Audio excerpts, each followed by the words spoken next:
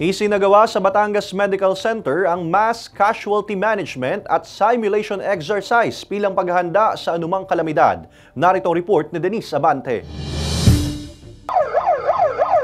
Mass evacuation, extrication o paglilipat ng ligtas sa mga pasyente at kahandaan ng Batangas Medical Center sakaling makaranas ng kalamidad gaya ng lindol o sunog. Ilan lamang ang mga yan sa nasubok sa isinagawang simulation exercise sa ospital kaninang umaga. Katuwang nila sa aktibidad ang BFP Batangas City, PDRRMO, PNP, DOH at iba pang ahensya ng gobyerno. We have a plan kung ano ang gagawin natin in cases that this happens.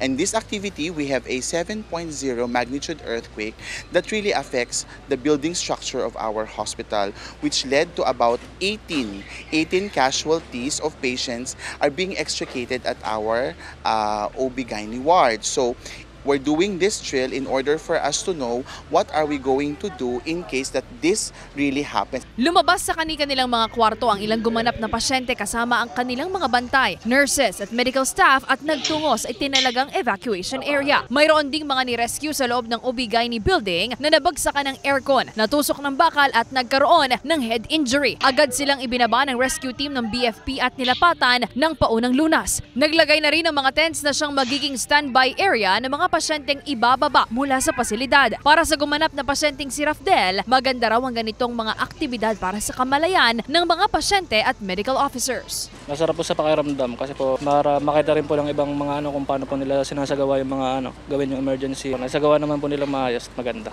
Para sa Batangas PDRRMO, malaking hakbang ang ganitong aktibidad para sa kahandaan ng ospital sakaling magkaroon ng sakuna. We always go for the improvement and that is our ways forward. We cannot settle to what we know only now. We have to go farther and think of a better solution to whatever problems that might arise in the near future, because it is where we stand and it is where we should be resilient. Bagamat maayos na naisagawa ang simulation exercise, kailangan pa rin daw ng gabay ng mga ospital at medical staff sa mga dapat gawin tuwing may kalamidad ayon sa DOH. So in a reality scenario, nagdala ng 50 doon, saan yung ilalagay? Diba, as part ng surge capacity ng emergency room, meron kayo dapat pre-identified na alternate ER, which you can accommodate.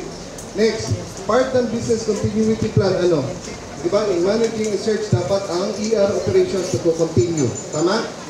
How will you do that if you are bringing the same patients there? Di nagkagulo kayo. Isang malaking hakbang na raw para sa Batangas Medical Center ang isinagawang aktibidad upang malaman ang kanilang mga dapat pagbutihin sa mga plano sakaling makaranas ng kalamidad. Kasama si J. Arman Harris, Denise Abante, Balitang Southern Tagalog.